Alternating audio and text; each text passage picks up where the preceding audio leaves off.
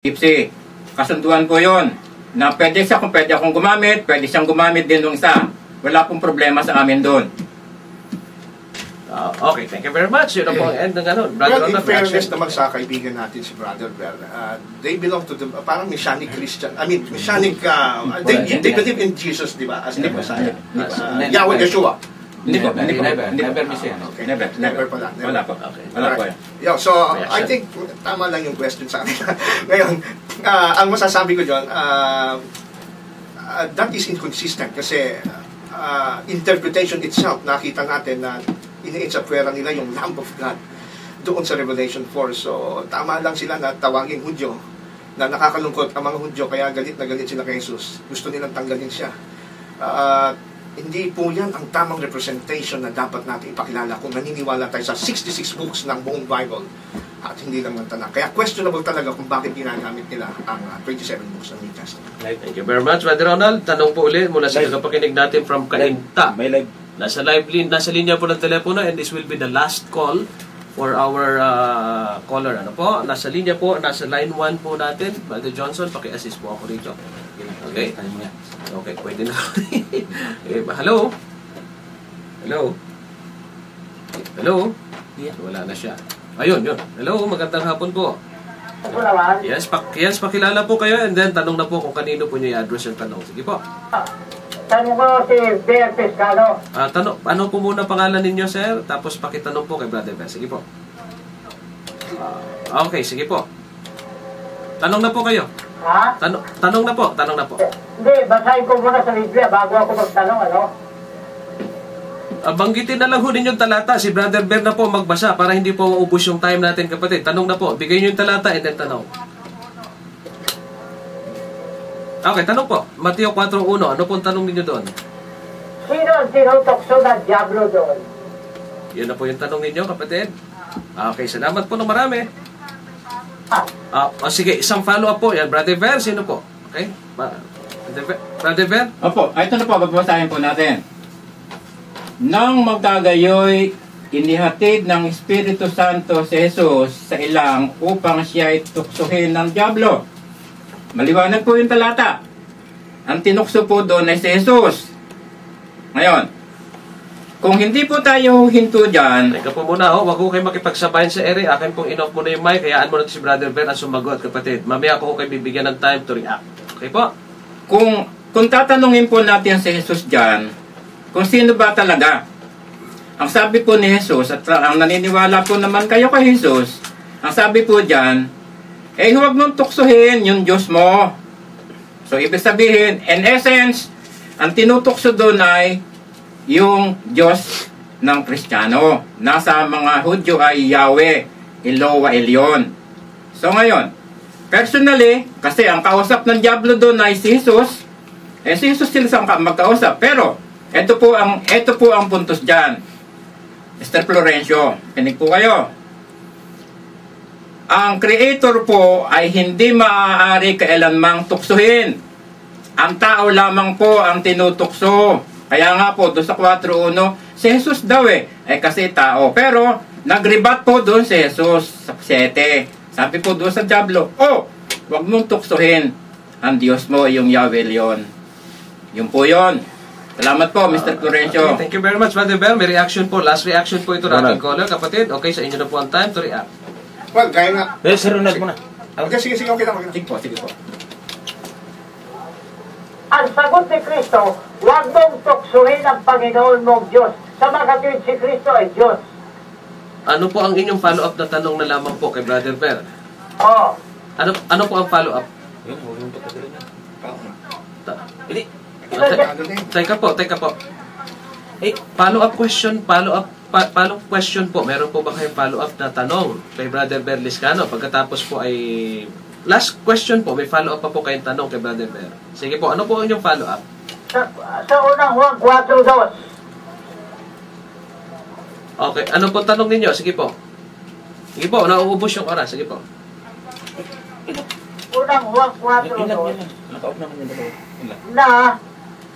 Basahin ko Bigay na lang po nyo yung number, yung talata. Si Brother Ber na po ang magbabasa kasi nauubos kapatid yung ating oras. Okay ka ba? Ano po tanong nyo? Unang Juan 4:2.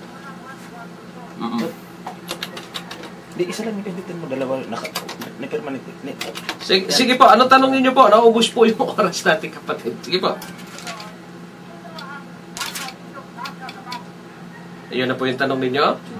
Okay, salamat po na marami sa inyong tawag po. Bigay po natin ng time para kay Brother. Ulitin mo yung tanong. Thank you very much. Ito po, mabasahin po natin. Sali lang. Ulitin yung tanong kasi ni-earning sa video. Hindi daw narinig sa video. Okay, ulitin natin yung tanong. Unang 142, sino daw po yung nagkatawang tao? Yata doon sa unang 142. Brother Ver? Hindi po, nagkatawang yun. Sige po. Dito'y nakikilala ninyo ang Espiritu ng Diyos. Ang bawat Espiritong nagpapahayag na si Jesus Kristo ay naparitong nasa laman ay sa Diyos. So, naparitong nasa laman. So, laman nga po, tao nga po. Tao. Hindi po Diyos. Ang Diyos po at saka tao magkaiba. Ang Diyos po nasa langit, ang tao po nasa lupa. Yun po. Okay, thank you very much, Brother Ver. Brother Ronald, dalawang tanong, reaction po ninyo, Brother Ronald. Okay, yung sa panghuli, yung sa unang sa unang 1:4, ang diniin lang na doon, yung tao nga lang si Kristo, pero hindi niya diniin yung napariritong nasa laman. Kasi kung tao nga siya, bakit napariritong nasa laman pa? No? Bakit kailangan pa ng incarnation? That is still an unanswered question. Doon sa question sa atin, yung sa Matthew 4 naman, ang masasabi ko dyan ganito, pinalalabas sa ating narinig na ang Panginoong Jesucristo ay hindi siya great teacher. I believe that Jesus Christ is a great teacher kasi ang tinutokso rito, sabi sa verse 5, if you are the Son of God, throw yourself down for it is written. Ang tinutokso rito yung anak ng Diyos, si Kristo. Tapos kung hindi si Kristo ang nire-refer niya, kung hindi siya yung Lord God dito na tinutokso, ang layo ng sagot ni Kristo. Pwede sabihin ni Satanas, ikaw ang tinutokso, hindi naman yung Diyos eh. Pwede sabihin ni Satanas yun. Sasabihin ni Satanas, bobo ka ba? Jesus, ikaw ang tinutokso ka, bakit ang sagot mo, yung Diyos ang tinutokso? Magiging hindi dakilang guro si Kristo niya. Ang layo ng sagot. Ang tinutokso siya, tapos ibibintang niya sa Diyos. Kung hindi sa Diyos. Therefore, naniniwala po ako na dito, ang Diyos dito ay si Kristo na tinutokso, magtutoksoin. Okay, thank you very much, Brother Ronald. Tanong po ulit sa ating pong tagapakinig from Cainta, Rizal. Tanong ko lang po ulit, pakibasa po ni Brother Ver ang Deuteronomio 6:4 sa Hebrew Bible. Brother Ver, may Hebrew Bible ka ba? Wala pong Hebrew Bible dito si Brother Ver. So, yung kapatid na nagtanong, ano po ba ang binanggit na God? Siguro, yun na lang. Ano po ba ang binanggit na God dyan? Eloah o Elohim? Salamat po. Baka meron po kayo, kasi wala kayong Hebrew Bible. Brother Ver, ano ba daw? Total yung God dyan, Eloah o Elohim? Brother Ver? Eloah po. Eloah po. Eloah Elyon. Eloah Elyon. Yun na po Yahweh Eloah Elyon. Okay, thank you very much, Brother Ver. Brother Ronald, reaction? Ang nakalagay sa Hebrew ay Shema Yisrael, Yahweh Elohinu, Yahweh Echad. Yung salita po na Elohinu ay plural. No? Na sila mismo ay umamin na ito ay plural din, na hindi isang-isa lang, kundi family. Kaya nga magkakaroon ng problema ito sa kanila dahil magkakakontradict ang paliwanag nila. Yung tinukoy rito, ginamit na word sa Hebrew is Elohim, a form of Elohim, na plural, at tapos Echad isa lang. Therefore, sasalungat ito sa kanilang turo na Echad ay isa lang. Kasi Elohim is plural. Sabi rito sa Hebrew na aking dala-dala rito. Kaya, I think magkakaroon ng problema unless they will change their theology. Okay, thank you very much. Meron po nakiusap sa atin dito na po si Kamenon po ay nasa linya ng telepono. Siguro naman po ay ito ginagalang natin ang ating kapatid. Pagbigyan po muna natin si Kamenon, magtatanong po siya sa atin sa linya ng telepono. Line 2. Nasa line 2 po natin. Okay, magandang hapon Kamenon, magandang hapon po. Tatanong lang ako kay Kaber. Yeah, sige po, naka-on-air na po kayo. Sige, magtatanong lang ako. Kaber, ako magtatanong sa iyo. Sige po, magandang hapon po sa inyo, Kamenong. Magandang hapon. Kumusta na po kayo? Kumusta na po kayo? Ito, mabuti naman. Salamat po. Ang tanong ko, Opo. ganito. Opo. Doon sa 4:2 ng unang Juan, si Kristo ay napariritong nasa laman. Ang tanong ko, kung sasagutin mo ito, saan siya galing? Kung talagang totoo, siya ay naparito sa laman, saan siya galing? Opo, sagutin ko po. Kasagutin natin Kamenon, kasagutin ko siya. Sige po. Siya po yung nanggaling sa sinapupunan ni Maria. Oo, ipinanganak po. Na isang talata ako na siya galing. Sige po. Sa mukha, sa Kapitulo 6 ng Juan, ang talata ay 38. Pakibasa mo, kapatid mo. Pasensya na po, mabagal po ako magbuklat ng Biblia. Sige, huwag mo na. Sino sa iyo ang bumasa dyan? Basahin po ninyo kung meron na kayo dyan. Comment? Opo, Ng Juan. opo, baka meron kayo dyan. Babasahin natin. Sige po. Sapagkat ako'y bumaba mula sa langit. Hindi upang gawin ko ang aking sariling kalooban, kundi ang kalooban na nagsugo sa akin. Saan daw siya galing? Sa langit. Opo. Yan. Okay, salamat po. Salamat po. Ano po ang inyong pinagbabatayan dyan, yung bumaba mula sa langit? Iyon po ba? Oo, Okay. sapagkat yun ang nasa Biblia. Opo, pero meron... Pagkatay ako sa Biblia, Opo. sapagkat si Kristo ay bumabang galing sa langit. Kaya siya nagpunta rito na sa katawang tao. Ayun, ito po ang sagot ko dyan. Pag ang inyo pong pinagbatayan, yung bumaba, kami anong? Ay, si Juan din daw po ay bumaba galing sa langit. Sa Juan. Basahin ko po sa inyo. Ito. Naparito ang isang tao na sugong mula sa Diyos na ang kanyang pangalan ay Juan. Mula sa Diyos, ibig sabihin, ay di galing din po sa langit. Kamenong, sige po. Apo. Kaya kung bilang kayo at ako'y naniniwala, sapagkat sinasabi sa Kapitulo 3 ng Juan, na ganito mababasa natin sa talatang 13. Walang umakyat sa langit, kundi ang nanggaling sa langit, sa makatipagay ang anak ng tao na nasa langit. Okay, Kamenong, last na lang po para po mapagbigyan natin si Kaber. Kamenong, meron pa po kayong tanong? Meron pa po? Ano po Okay tanong? na po kayo doon? Okay. Apo, salamat po, Kamenong. Pareho ko lang Thank sinasabi. you very much po sa inyong tawag, Kamenong. Brother Ver, meron kayong lilinawin ba doon? Then the answer from Brother Ronald. Brother Ver? Wala na po akong lilinawin doon. Wala na. Okay. Opo. So, klaro na Tingin ko po. malinaw na yung nagkasagot ko. Okay, salamat po. Brother Ronald, reaction po doon sa sagot ni Brother Ver? Hindi pa rin maliwanag yung sagot kasi saan daw lang galing ang tanong ni Kamenong, sabi ni Kaber sa tiyan ni Maria. Bakit hindi ba siya tao, hindi ba siya laman nung nasa tiyan pa lang ni Maria? Hindi sagot yun. Ang sinasabi natin dito, yung perfect active participle na coming sa Greek, na it means nangyari noon at nagpapatuloy yung kanyang, it refers to the incarnation. Pag sabi incarnation, ang Diyos nagkatawang tao, hindi galing sa tiyan ni Maria. Dahil sa tiyan ni Maria, tao pa rin siya. Di tao pa rin. Walang pinagbago. Kaya ang question is still nananatili.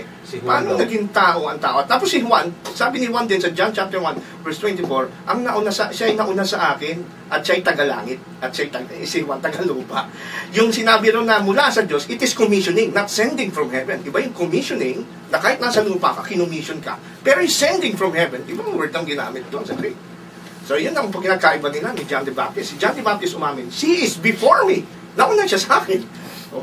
Pero ang panganay, mas matanda si John the Baptist ng 6 months kay Jesus Christ sa pagkatao. Kaya kung tao lang si Kristo, bakit sasabihin ni John, he is before me? 6 months mas ahit si John the Baptist pinanganak kay Kristo. Thank you very much, Brother Ronald. Ano po from Pastor Busito? Saan ba nabanggit first in the Bible ang Yahweh? At paano ito na-translate sa English Bible? Brother Ber? Mahaba pong yung translation, mahaba pong paliwanagan yan. Ako dito po, Pastor. Ibigay ko po sa inyo yung telepono ko. Yan. 0939-5763-513 Smart. Kasi po, pag sinagot ko po yan, mahabang paliwanagan niya. Ano po pa yung tanong niya? Tanong po niya kasi ay saan po nabanggit yung first in the Bible ang Yahweh? Okay. Paano ito translate sa Literally, letra por letra, walang nakasulat sa Genesis 4:26 nung tumawag si Seth. Pero sa Exodus 3:14 and 15, aralin po ninyo. Hindi po magpapaliwanag dyan sapagkat naririyan po ang paliwanag tungkol sa pangalan na yan. Salamat po, Pastor. Thank you very much, Brother Ber. Brother Ronald, reaction po. Ang question ni Pastor is, kailan unang ginamit yung Yahweh? Yeah. Sabi ni Brother Ber, wala daw sa Genesis. Pero meron po sa Genesis. Genesis chapter 2 verse 4. Genesis chapter 2 verse 4. These are the generations of the heavens and the earth when they were created in the day that Yahweh, Elohim, made the earth and the heavens. So ito ay nagsimula pa sa Kaya pala lang may sinasagot. Genesis, ano? Tama, Genesis nga. Okay, thank you very much. Next Thank you chapter. very much. Thank you very much. Ay, sunod po naman, ang dami po nito. Papasensya na po doon sa mga nag-text na first come, first serve tayo. Kung hindi na mabanggit, maubusan ng oras, paumanhin na lamang po. Good PM po. Pakitanong lang kay Brother Ver kung may tao na bago nilalang ang sanlibutan. At kung wala naman, hindi totoo si Kristo kasi bago pa nilalang ang sanlibutan, si Kristo niluwalhati na ng Ama at kasama na siya ayon sa Juan 17:5. Brother? Kung may tao na po ang sanlibutan nung lalangin si Kristo, Ulitin ko po yung tanong. Ano po? Pakitanong. liwanag lang po. Kung may tao na bago pa nilalang ang sanlibutan. Okay. At kung wala naman, hindi totoo si Kristo kasi bago pa nilalang ang sanlibutan si Kristo, niluwalhati na ng Ama at kasama na siya ng Ama ayon sa Juan 17. Wala pa pong tao. Wala pang nag-exist nung wala pang nilalang. So, ang kauna-unahan pong nilalang ay mga angel. Sumunod, heavens. Sumunod, heavenly earth.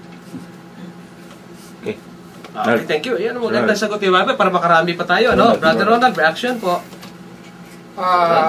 Hindi pa pwede kasi si Jesus, sa Colossians 1:15, si Jesus Christ ang lumikha sa mga angels.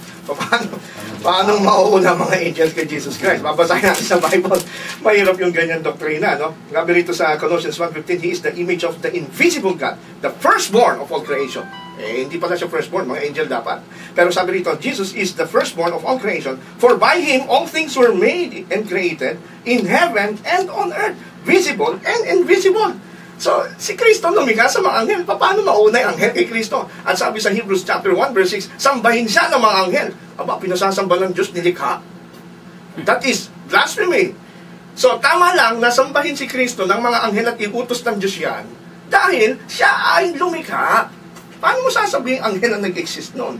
Hindi pa pwede yun. Yung sa John 17:5, sabi sa verse 24, na inibig mo na ako bago pa likhain ang sanlibutan. Kung wala pa nun, sinong iibigin ng Ama? Yun ang problema doon. Okay, thank you very much, Brother Ronald. From John Canlubang. John ba ito? John Canlubang o John ang Canlubang? Anyway, pakitanong kay Elder Ver kung naniniwala sila sa pagtubos. Kung oo, ang sagot niya, sino ang nagtubos sa kanila? Kung hindi, sila ang mga Hudyo na kalaban ni Kristo at Antikristo na binabanggit sa unang Juan. Brother Ver? Yung pagtubos po, implied yan yung kasalanan ng tao. Hindi po. Sino daw po ang tumubos? Wala pong tumubos sapagkat ang sabi po ng Creator sa pamamagitan ng batas niyang walang hanggan, kung naiintindihan mo yung ginawa mong mali, batay doon sa batas na ibinigay ko sa iyo, magsisi ka. Huwag mo nang balikan at mabubuhay ka. So, hindi mo kinakailangan tubusin. Kinakailangan mong sarili mo, magpakatuwid ka. At ikaw ay mabubuhay, sabi ng Creator po natin. Thank you very much, Brother Ver. Reaction, Brother Ronald? Nakakilabot kasi wala daw pagtubos. Alam niyo ba na pag kami nagturo, ayon sa Bible, na warning, na pag may nagsabi na wala pagtubos, warning yan ng false prophet or false teacher. Sabi sa 2 Pedro chapter 2 verse 1, but false prophets also arose among the people, just as there is false teachers among you, who will secretly bring in destructive heresies, even denying the master who bought them, bringing upon themselves swift destruction. Yung mga false teachers, dinideny yung tinubos sila ng master na tumubos sa kanila.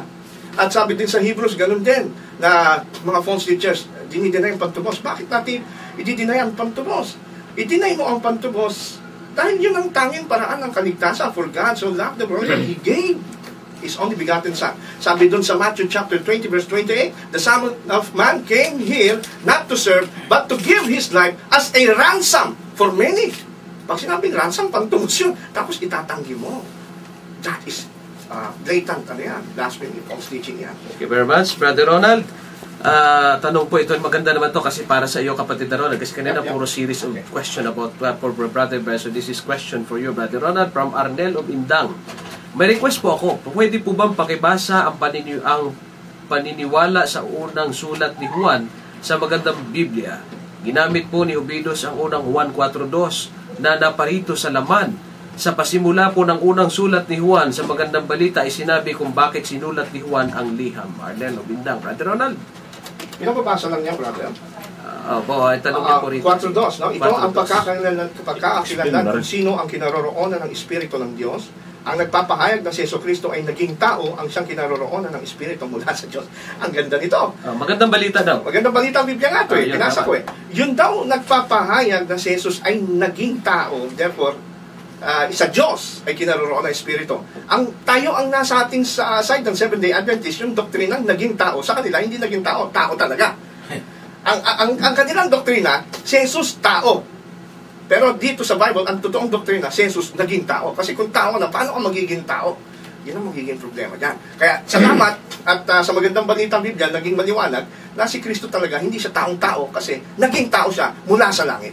Thank you very much. Reaction, Brother Bell. Sa inyo po.